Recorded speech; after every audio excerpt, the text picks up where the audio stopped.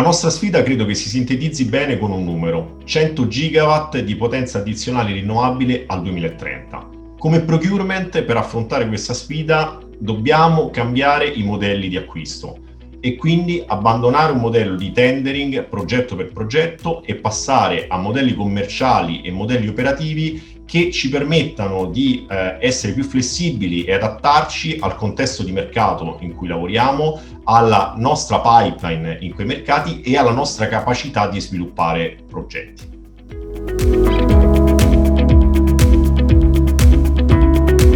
L'idea è quella di sviluppare dei rapporti di partnership con i nostri fornitori. Questo lo faremo con degli strumenti contrattuali di più lungo termine. Parliamo per esempio per le forniture delle cosiddette gigatender, dove chiediamo ai fornitori di fornirci dei volumi di materiali per più anni e in alcuni casi anche per più geografie. Anche per quanto riguarda il mondo degli appalti, quindi dei lavori civili e dei montaggi elettromeccanici, cerchiamo di sviluppare degli accordi di più lungo periodo che permettano di coinvolgere i fornitori sin dalle prime fasi del progetto e di migliorare la collaborazione per avere dei progetti realizzati in qualità e chiaramente massimizzando la produzione di energia.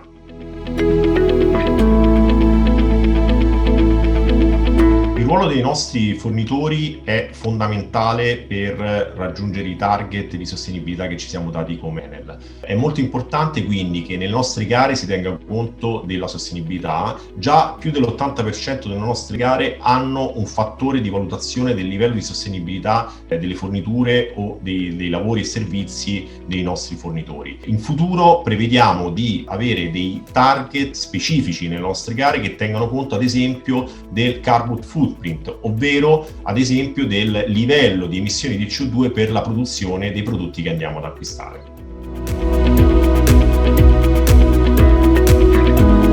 Io credo che l'elemento fondamentale per vincere la sfida del 2030 siano le nostre persone.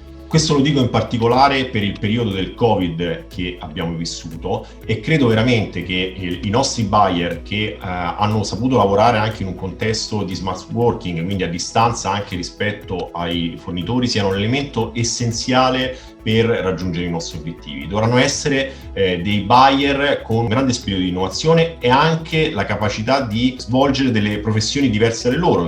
Quello che voglio dire, dovranno essere un po' developer, un po' ingegneri e un po' gestori degli impianti. Solo così riusciremo appunto a cambiare le nostre modalità di acquisto e raggiungere gli obiettivi al 2030.